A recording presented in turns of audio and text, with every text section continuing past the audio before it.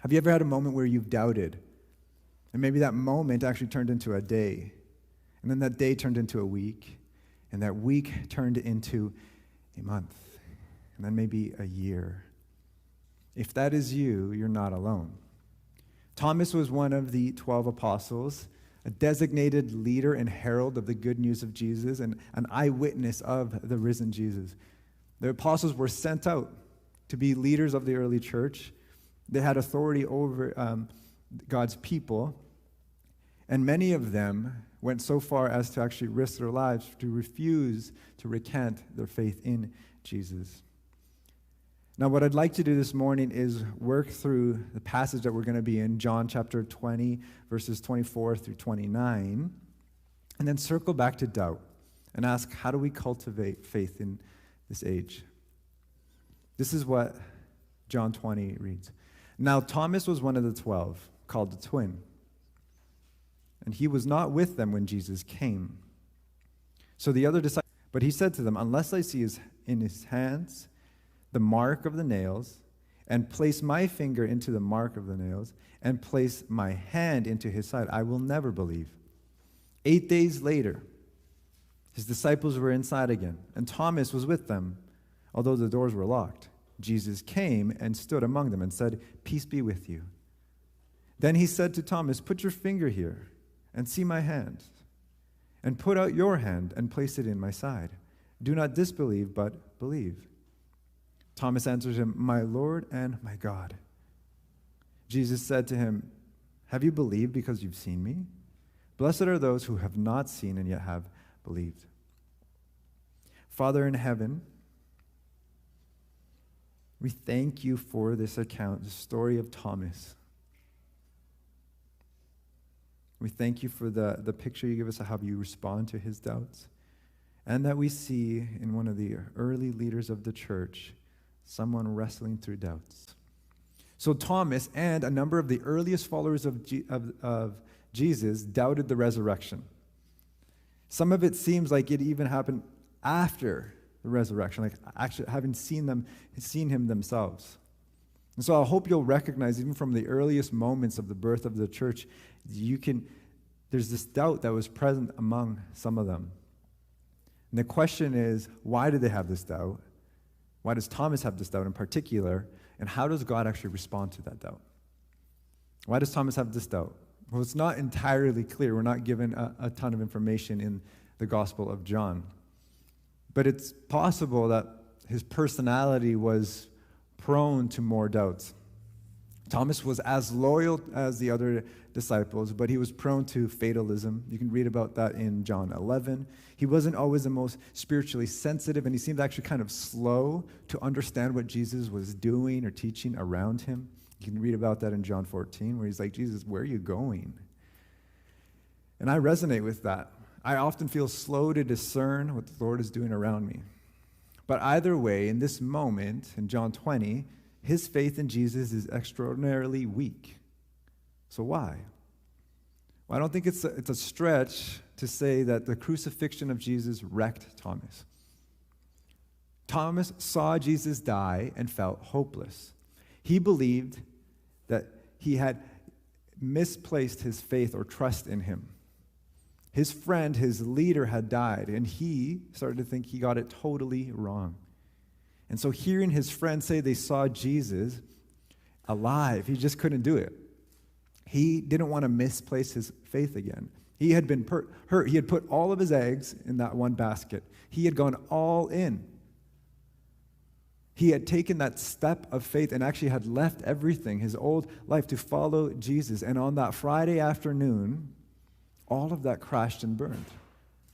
It makes sense to me that Thomas would feel guarded and skeptical of the resurrection when you feel like you've gotten it that wrong. Even if some of your friends are telling you something like, look, I just can't take that step. I can't. But what's beautiful is how Jesus responds to Thomas. And so how does he respond to him? Well, first, in verse 26, he comes in peace.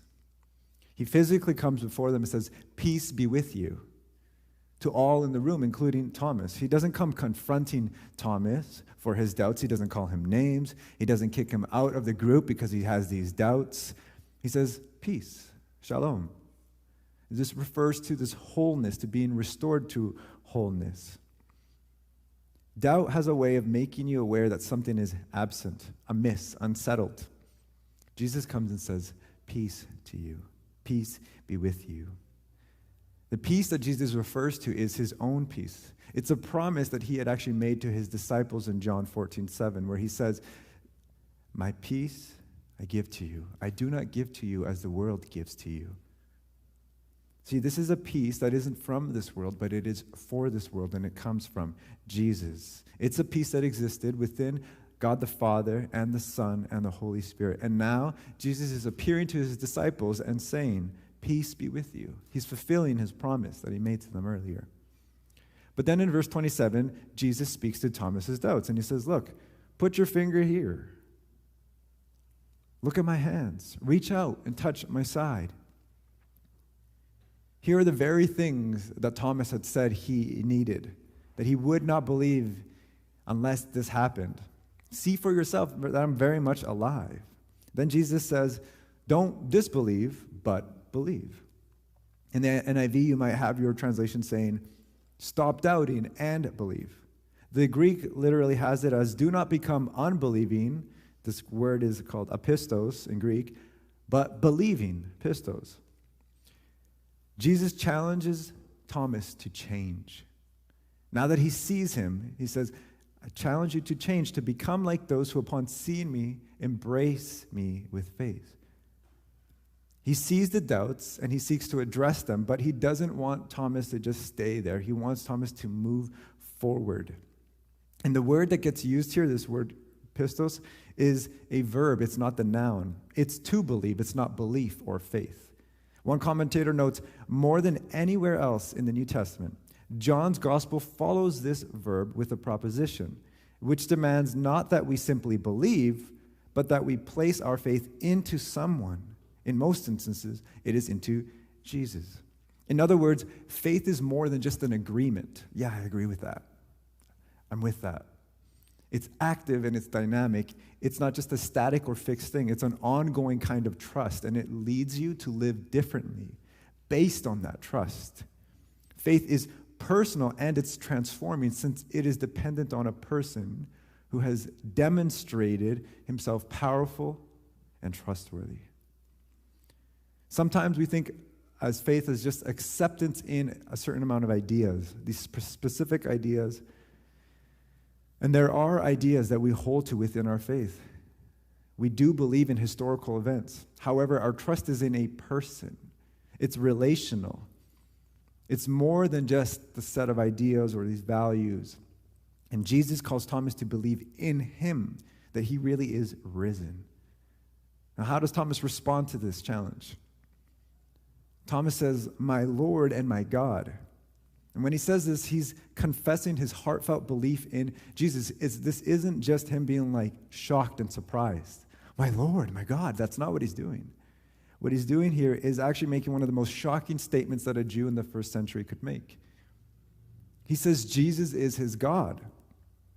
Jews were the last people in the world who would believe that God had become human, let alone one who would die on a cross. The Greeks, the Romans, and other Eastern religions of that time could all conceive of an idea of a God-man. But Jews didn't think that way. And here Thomas is making that declaration. No statement about Jesus' nature is more startling and more accurate in the whole Gospel of John than this moment when Thomas says this. Thomas's doubts are all of our doubts. Thomas typifies so many who would come after him, prone to seeing all the negative in things, being slow to understand what God is doing in our lives, cautious and doubtful of the news that we hear others proclaim about Jesus, that it's really true because we've maybe previously gotten it wrong or we misunderstood or whatever it might be. And this is why Thomas's confession is actually like this climax. It's the climax of all confessions before Jesus, because he really recognizes who Jesus is, his true identity as God incarnate, God with skin on, standing before him. And what it actually does, it takes you all the way back to Genesis 1, the way John introduces his gospel, where he says at the very beginning of it, in the beginning was the Word, and the Word was with God, and the Word was God. He was with God in the beginning. Through him all things were made. Without him nothing was made that has been made. Verse 14 says, the Word became flesh and made his dwelling among us. We have seen his glory, the glory of the one and only Son, who came from the Father, full of grace and truth. No one, in verse 18, has ever seen God, but the one and only Son, who is himself God, and is in closest relationship with the Father, has made him known. And this is how John starts his gospel, and now, near the end of his gospel, Thomas is making this ultimate confession. My Lord and my God. He actually recognizes it. My Lord and my God. Lord is this word for sovereign ruler. How has Thomas made this recognition? Like, he sees Jesus before him, but how is he able to recognize that this is my Lord and my God who stands before him? Well, one, the resurrection was a vindication of all of Jesus' claims and forced Thomas to make a different choice about Jesus than we would make about any other person. Jesus is not like Lazarus. Lazarus is raised back to life, but he dies again. Jesus does not. Thomas recognizes Jesus for who he is and for who he always has been from the outset. And this means Thomas sees Jesus for more than just a great rabbi, more than Israel's Messiah. He sees God in the flesh before him. The Spirit of God has enabled Thomas to see and to trust Jesus for who he truly is. Now listen to how Jesus responds to Thomas's confession. Jesus reveals this blessedness, this blessed vision. He says, he doesn't disparage Thomas for his demands that he had made. He doesn't say to him, oh, so now you believe because you see me? When he makes this statement, he's actually just saying, look, you saw me and you believed, because that's what happened. He's describing something. He's not making a judgment on Thomas. Because he's seen Jesus, Thomas's faith is anchored in his sight. And that's not a bad thing. Throughout the Gospel of John, there's this theme of seeing and believing. They're joined, or seeing and faith. Many people saw Jesus and marveled at what Jesus did, but marvel is not the same as belief or trust. It didn't lead to faith. There has to be a seeing that is more than your eyes can see. It's not that the physical sight was diminished. It isn't. Otherwise, why would Jesus rise and physically appear and be before his 11 disciples and many other disciples as well? It's not that it was diminishing physical sight. Jesus came to them and they saw him with their own eyes. But their physical sight, just like in Thomas, led to their spiritual eyes being open to behold Jesus. God still had to do something in them to be able to recognize Jesus. John told us Mary saw Jesus and didn't even recognize him. She didn't recognize him. She thought he was the gardener, and it wasn't until Jesus said her name that she recognized it was Jesus. C.H. Dodd writes, now that he, being Jesus, is no longer visible to the bodily eye, faith remains the capacity for seeing his glory. Our spiritual eyes can be opened to behold Jesus, the risen Lord. How?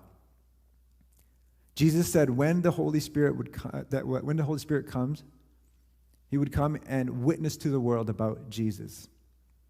And that Jesus also would send out his disciples, his apostles, who saw him die and rise again to be his witnesses. And that the Spirit would actually use the testimony of the apostles to draw people to Jesus. And this is why John will call us to listen to his gospel account. And in so doing, discover this vision, a knowledge, and an experience rooted in the person of Jesus. It's a different kind of seeing. It's not replacing another. It's a different kind of seeing. It's seen through faith that permits people to recognize Jesus, to see his glory, his sonship, and respond to his voice the way Mary does. It's a scene that enables us to recognize him in the midst of our confusion, uncertainty, and doubts.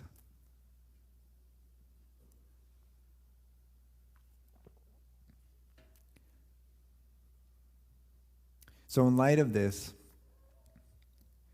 what I wanted to spend some time doing is just thinking about doubt. Because I think doubt, sometimes we just don't have a great understanding of it as Christians and maybe even as non-Christians.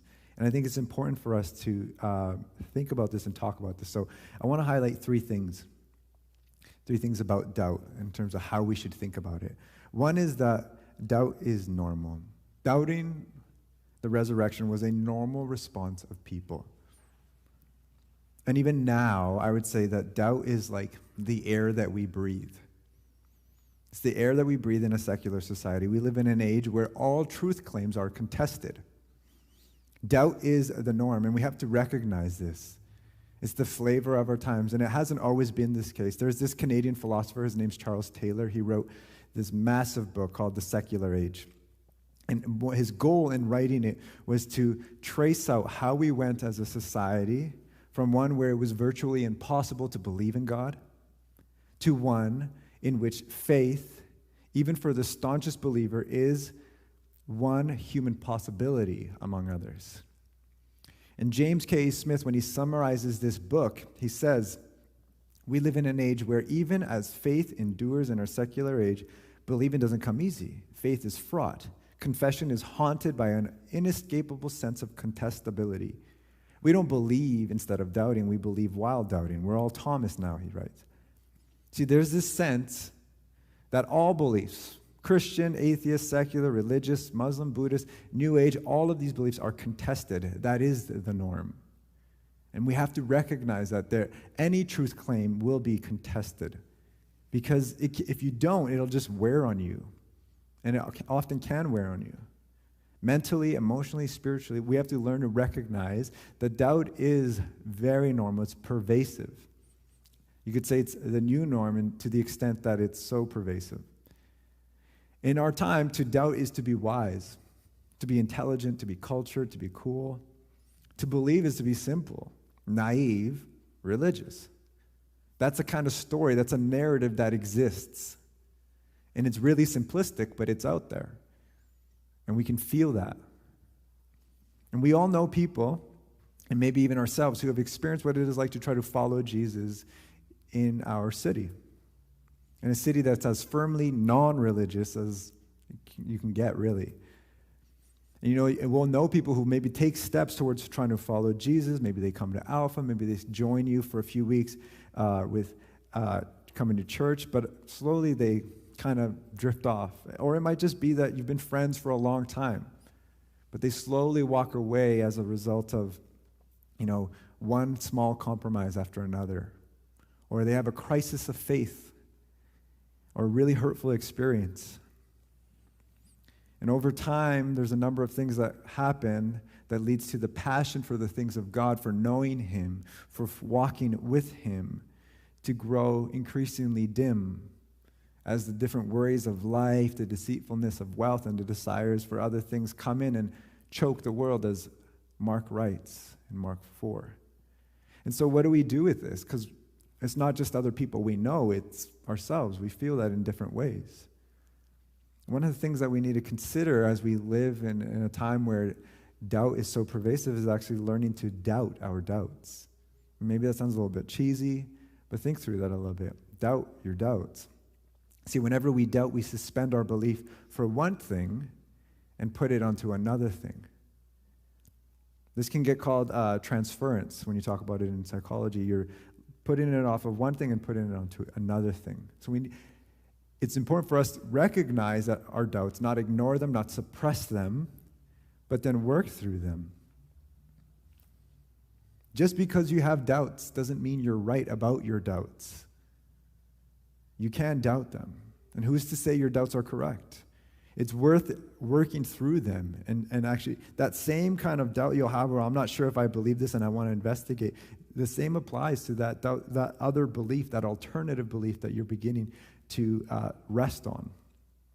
The second thing to consider about doubt is that doubt is not the same thing as unbelief. They're different. Doubt is not the same as unbelief. Doubt is the struggle to believe. There's still a search for truth. Unbelief is the stubborn refusal to believe. It's the denial of truth. They're different. Doubt can say, I want to believe it, I don't know. Unbelief is the one who says, I don't believe because I have my alternative facts. There's just this resistance to it. It's the kid who plugs their ears because they don't want to have their parents confront them about their behavior. It's the one who doesn't want to hear about how their favorite store depends on cheap labor and environmentally harmful practices. It's the person who doesn't want to know that their favorite cell phone company is complicit in labor abuses in China, because that would require them to make a different decision. Doubt is not the same as unbelief. Jesus doesn't rebuke Thomas for his doubts. There's this kind of idea that some of us have where if we really had faith in Jesus, we wouldn't have doubts or questions about it. We would just keep calm and carry on. But some of you need to know that your doubts, your questions, your critiques of your faith are not the same as losing your faith. Doubts are not the end of your faith.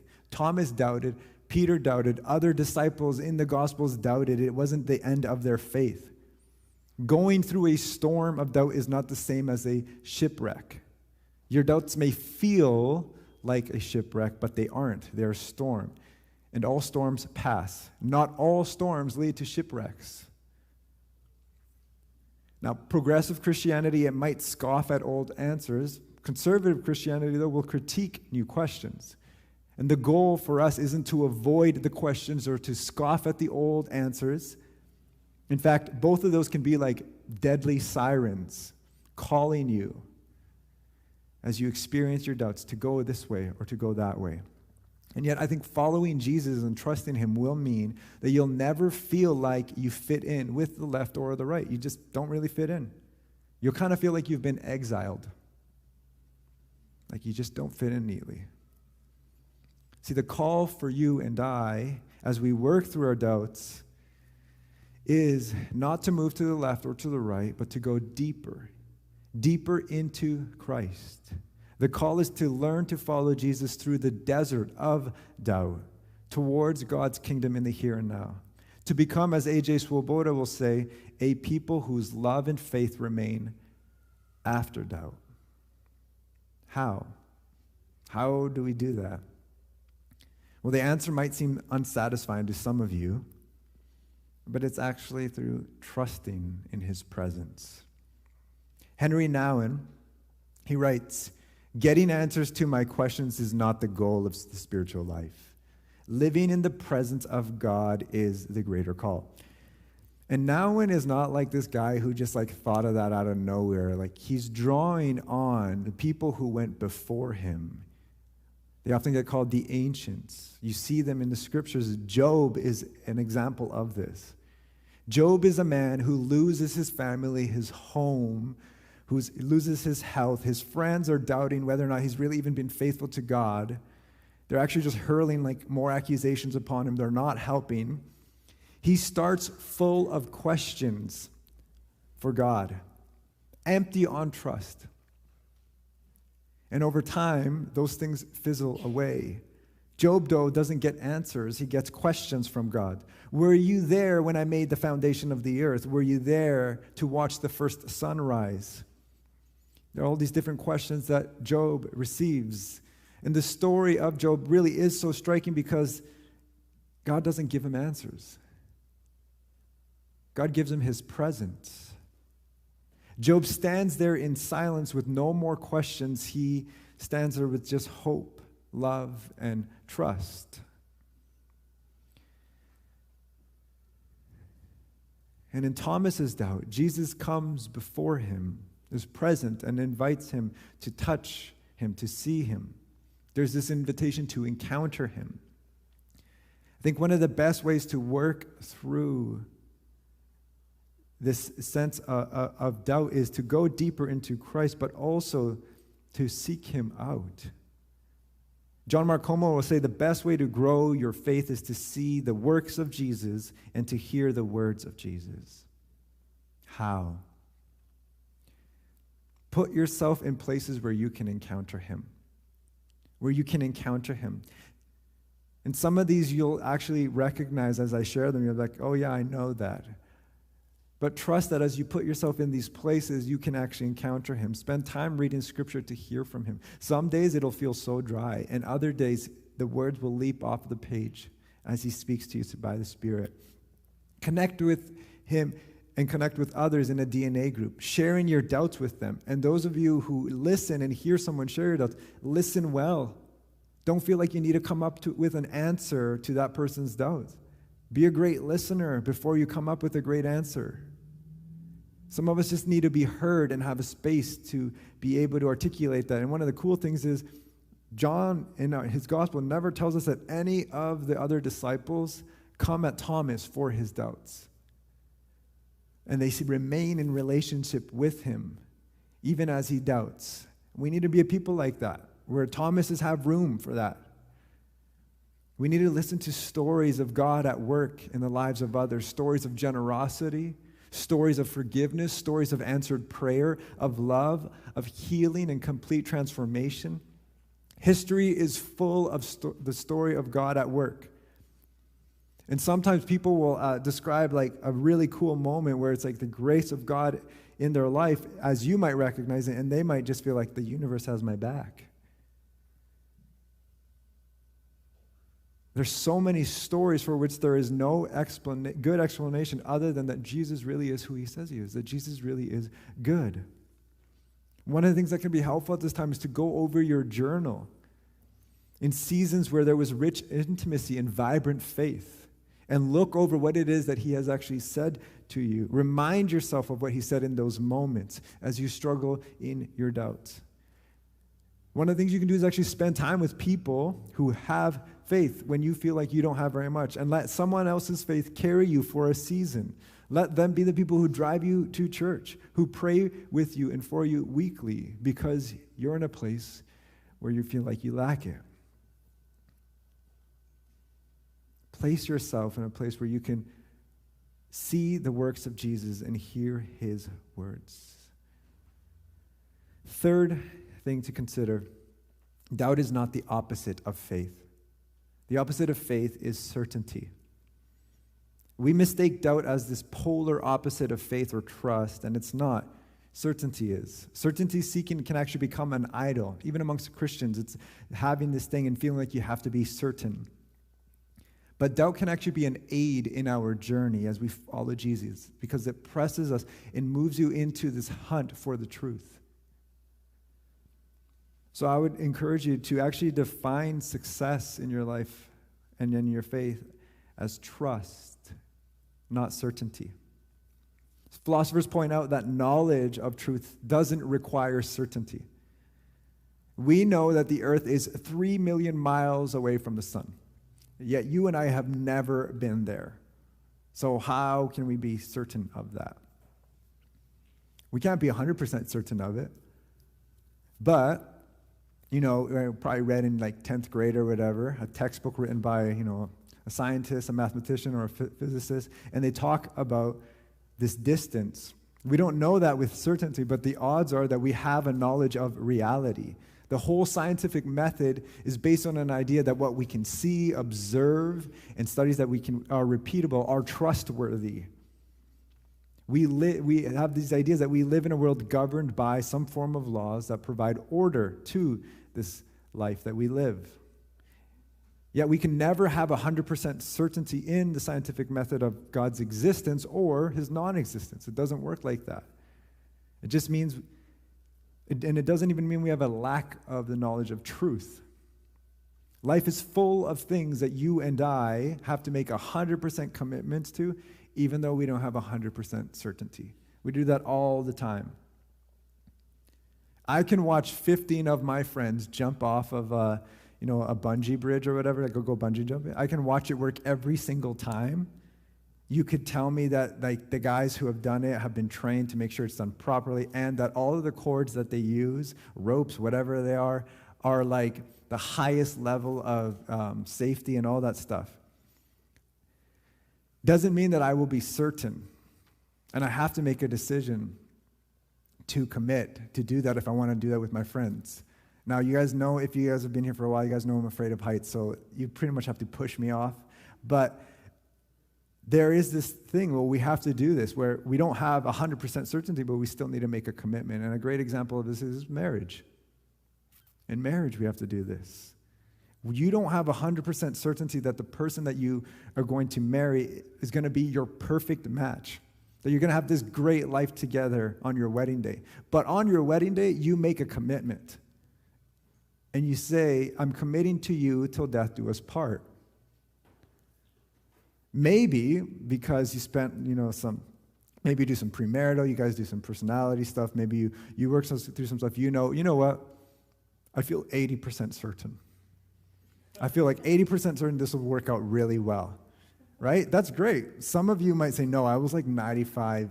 You were probably naive, and you just needed to grow up. But hey, the reality is we make that commitment, right? We make that commitment on that day, even though we don't know 100%. And it doesn't mean you won't be the right match or a good match, or that, you're going to have this greater life ahead. It just means that you have to make that commitment. And in this sense, all of us are people who have to be people of faith. Not faith in the religious sense, but in the sense of trust. You have to have faith to live. Faith that, when you drive to work, your car will work. It'll get to you to where it needs to get you. It's not going to break down. That you're not going to have a heart attack when you're driving, or a seizure or something else. You have to continue to live, even though you don't have 100% certainty that won't happen. That's how life is. And so, make trusting Him the measure of your success, not certainty. Trust is an orientation of your whole self in love towards someone. It's living in reliance on someone or something to chart a course of life, through life. The end goal in our discipleship isn't that you and I are going to be free from all of our doubts, but it's that we will live a life full of trust in Him. He doesn't call us to be 100% certain with no doubts. He calls us to trust Him. Follow me. Trust Him. Not just our ideas about Him, but trust Him, the person. And so here we come back to Thomas and Jesus and this interaction they have. Because Jesus says to him, you've seen me and you believe. And he says this really interesting line. He says, blessed are those who have not seen and yet believed. What's beautiful about that is that he's actually acknowledging any other person who doesn't get to see the risen Lord with their own eyes. He's thinking of you and I. He's thinking of those around the world who would believe the account of the apostles' testimony of having seen the resurrected Jesus. They proclaimed He is risen. They gave their lives for this. Tradition indicates that Thomas would go on as a herald of Jesus to India, to southern India, and would eventually be killed for his faith. He'd be speared to death. Here Jesus declares, blessed are those who have not seen me with their eyes and yet still recognized me. In sync with God's kingdom are those who have not seen and yet trusted in me because they have my life in them. Flourishing are those who have not seen me with their eyes and still trusted in me, for they have become resurrection people. They have become new creations. The old has gone and the new has come. We don't get certainty, but we are invited to trust in Him. And our trust becomes an act of worship. When you wrestle with God and you're trying to make sense of who He is and what He's doing, like Jacob, when you sit in silence before God like Job, when you're suffering and asking, where are you? I feel like you've forsaken me, like Jesus does on the cross. But you're coming to Him. You are worshiping, because in all of these moments, they are indicative of a belief that He has not let go of you, that He's worthy of your attention, of your trust, even though it doesn't all make sense.